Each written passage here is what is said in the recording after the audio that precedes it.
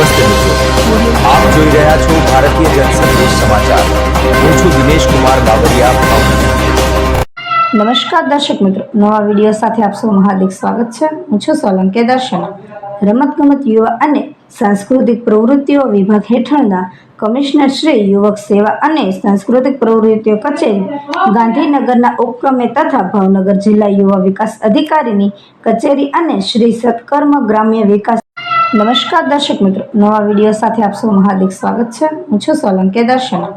રમતગમત, યુવા અને સાંસ્કૃતિક પ્રવૃત્તિઓ વિભાગ હેઠળના કમિશનર શ્રી યુવક સેવા અને સાંસ્કૃતિક પ્રવૃત્તિઓ કચેરી ગાંધીનગરના ઉપક્રમે તથા ભાવનગર જિલ્લા યુવા વિકાસ અધિકારીની કચેરી અને શ્રી સત્કર્મ ગ્રામ્ય વિકાસ ટ્રસ્ટ રંગવાડાના સંયુક્ત આયોજન હેઠળ તારીખ 14/4/2026 મંગળવારના રોજ ડોક્ટર બાબા સાહેબ આંબેડકરની 135મી જન્મ જયંતિ અને સમરસતા દિવસે નિમિત્તે વિવિધ કાર્યક્રમો યોજાયા હતા।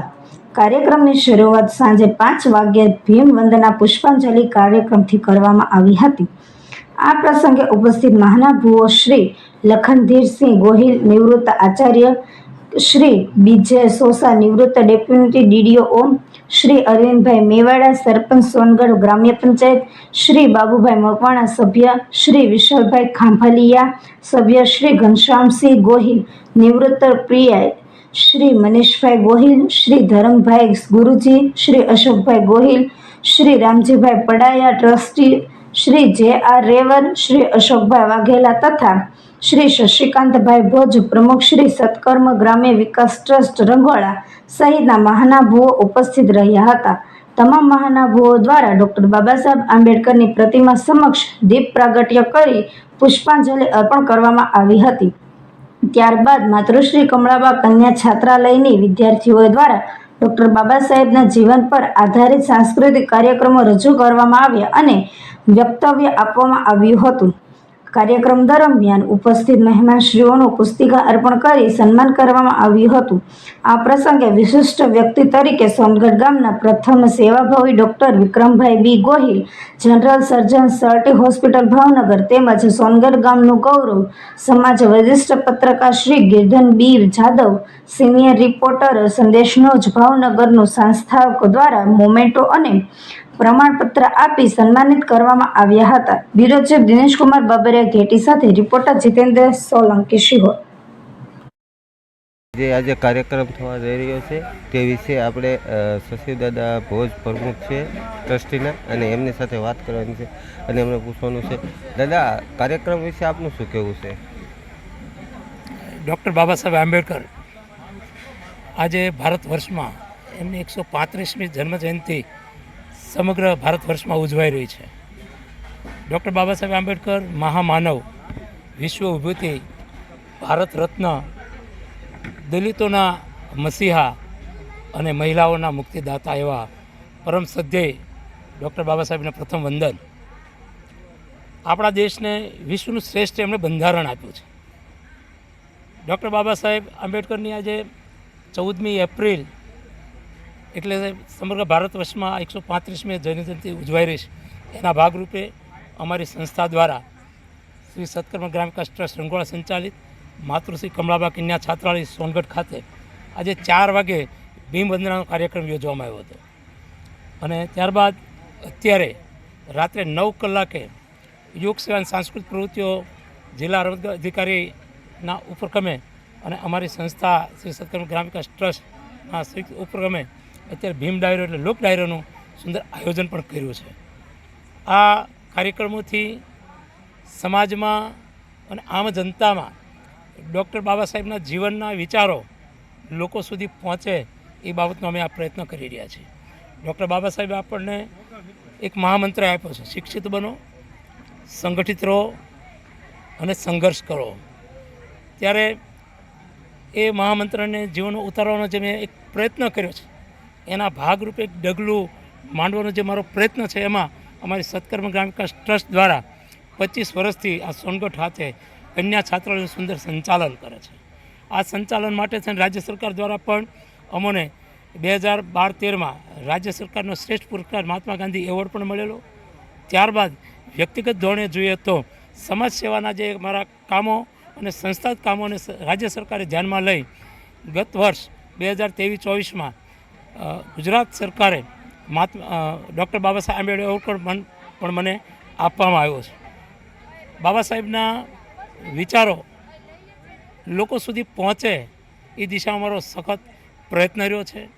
અમે અહીંયા જે કાર્યક્રમો કરીએ છીએ ત્યારે અહીંયા કોઈ બુકે એટલે ફૂલ દસ્તા નહીં પણ પુસ્તિકાથી અમે લોકોનું સન્માન કરીએ છીએ અને એ પુસ્તિકા એવી છે તે પેક કરીને આપીએ છીએ પણ એની અંદર ડૉક્ટર બાબા સાહેબનું જીવન ચરિત્ર હોય છે, જેથી કરી કોઈ પણ વ્યક્તિ અમે સન્માન કરીએ તો સન્માન સાથે પુસ્તિકા ઘેરે લઈ જાય અને એનો પરિવાર જોવે અને એ પરિવારમાં પણ ડૉક્ટર બાબા સાહેબના આદર્શ વિચારોનું સિંચન થાય એવો અમારો આ એક પ્રયત્ન રહ્યો છે. જય ભીમ. આપણે ગૃહમાતા સાથે વાત કરીએ. બેન, તમારું નામ? મારું અણઝાડા પ્રજ્ઞાબેન આનંદભાઈ છે. હું અહીંયા 4 વર્ષથી મારા ગૃહમાતા તરીકેની ભૂમિકા ભજવું છું અને હું રોજ આ છોકરીઓને 5 થી 12 ધોરણ, અહીંયા છોકરીઓ અમારે 50ની સંખ્યા છે અને 5 થી 12 ધોરણ સુધી બધી જ છોકરીઓને અમે એક ઘર જેવું વાતાવરણ આપીએ છીએ. સેમ ટુ સેમ અમે જેવું શું કહેવાય ઘરનું વાતાવરણ હોય, સંસ્કાર હોય, એ જ સંસ્કાર અમે હોસ્ટેલમાં એટલે કે અમારી છાત્રાલયમાં અને સંસ્થા દ્વારા દરેક દ્વારા અપાય છે.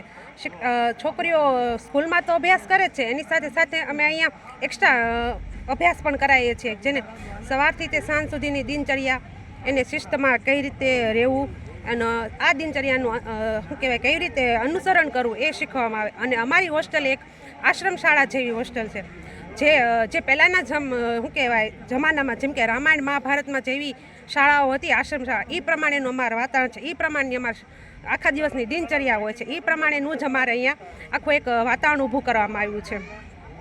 શિક્ષકો તો સ્કૂલમાં અભ્યાસ કરાવે છે, એની સાથે સાથે અમે અહીંયા છોકરીઓનો 5 થી 12 ધોરણની દરેક વીકલી ટેસ્ટ હોય છે, જેમાં દરેક ધોરણ વાઇઝ અમે ટેસ્ટ લઈએ છીએ અને એ પ્રમાણે એનું અભ્યાસનું ધોરણ નક્કી થાય છે કે કોણ કેટલું અભ્યાસ કરે છે અને કોને કેટલી અભ્યાસની જરૂર છે અને એને આગળ વધારવા માટે કેવા અમે પ્રયત્નો કરીએ છીએ આખા દિવસ. અમારી સાથે સાથે ઘણી મોટી છોકરીઓ પણ એને હેલ્પ કરે છે, મદદ કરે છે. ન આવડે તો અમારા હંસાબેન છે કેમ્પસ ડાયરેક્ટર, એ અમને બધાને ગાઈડ કરે છે કે કઈ રીતનું કોને શું શીખવવું કે કોને કેવી રીતના અભ્યાસ આગળ વધારવો. અને સંસ્થાના અમે દરેક જણ હું તો અહીંયા ગૃહમાતા તરીકે છું, પણ સંસ્થાના અમારા પ્રમુખ સાહેબ શશિકાંતભાઈ ભોજ છે, એના દીકરા છે અશોકભાઈ, એમના વાઈફ, પછી એમની બંને દીકરીઓ અને એમના ઘરના કમળાબહેન, એમની પણ અલગ અલગ તબક્કાની ભૂમિકા છે, જેમનો કહેવાય ને કે વગર પગાર ધોરણે પોતાની ભૂમિકા સરસ રીતે નિભાવે છે. અને એક આમ જોઈએ ને તો મને પણ અહીંયા આ બાળકોને જોઈને હું બહુ ખુશ થાઉં છું. મારો દિવસ ક્યાં વયો જશે મને ખુદને ખબર નથી રહેતી. અને રાત્રે પણ અમે લોકો મસ્તી કરતાં સૂઈ જઈએ છીએ. સવારમાં ઉઠીએ તો છોકરીઓને જગાડું અને છોકરીઓ ઘણી વખત એમ કહેતી હોય કે મેડમ સુવા દો ને, તો હું કહું મેડમ ચલો બેલ પડી ગયો છે, સ્કૂલે જવાનું છે, આપણે આખા દિવસની દિનચર્યા નક્કી કરેલી છે. તો એ પ્રમાણે દરેક છોકરીઓ પછી જાગી જાય અને પોતાની દિનચર્યા પ્રમાણે એ વ્યવસ્થિત અનુસરણ કરે. હા, પરિવારની જેમ અમે રહીએ. ક્યારેક એવું લાગે કે ખીજાવાની જરૂર છે તો ત્યાં ખીજાઈ પણ જઈએ છીએ, અને ક્યારેક એવું લાગે કે માતા એક સોટી ઉપાડે તો હું સોટી પણ ઉપાડું છું, અને એ પણ મારું માને છે. અને આ તમામ દીકરીઓ અમારી એક સંસ્થાના એક પરિવાર તરીકે જ અમે રહીએ છીએ. થેન્ક યુ બેન, આભાર. મારું નામ મકવાણા પાયલ નાગજીભાઈ છે. હું સમઢિયાળા ગામથી આવું છું. અમારા છાત્રાલયમાં ડૉક્ટર બાબા સાહેબ આંબેડકરની જીવનશૈલી વિશે પરીક્ષા લેવામાં આવી હતી. તેમાં મારો પ્રથમ નંબર આવ્યો હતો અને તેમાં મારા 30માંથી 28 માર્ક આવ્યા હતા. તેમનો જન્મ, તેમનું જીવન, તેણે પોતાનો વર્ગ આગળ લાવવા કેટલા બધા સંઘર્ષો કર્યા તેવું તેમાં અમે વાંચ્યું અને અમારી પરીક્ષા લેવાઈ.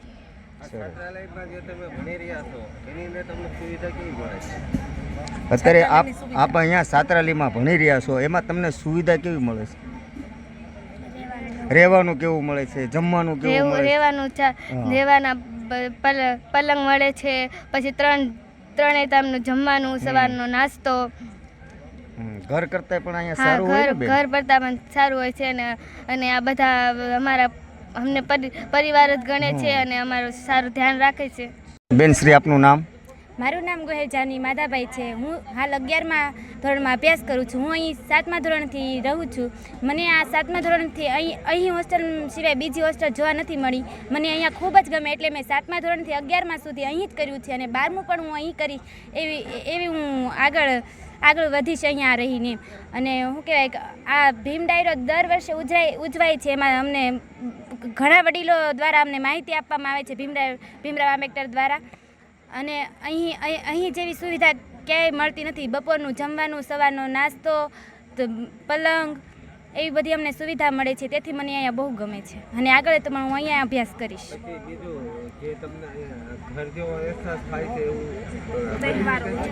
હા, અહીં અમને ઘર જેવો અહેસાસ થાય છે કારણ કે અહીં હોળી ધૂળેટી, પછી રક્ષાબંધન, ઉત્તરાયણ, નવરાત્રિ 9 દિવસમાં અમને રાસર મળે છે અને 3 નંબર આપે છે અને ઇનામ પણ આપે છે, જેથી અમે અમારા સાસરિયામાં ઇનામ લઈને જઈએ.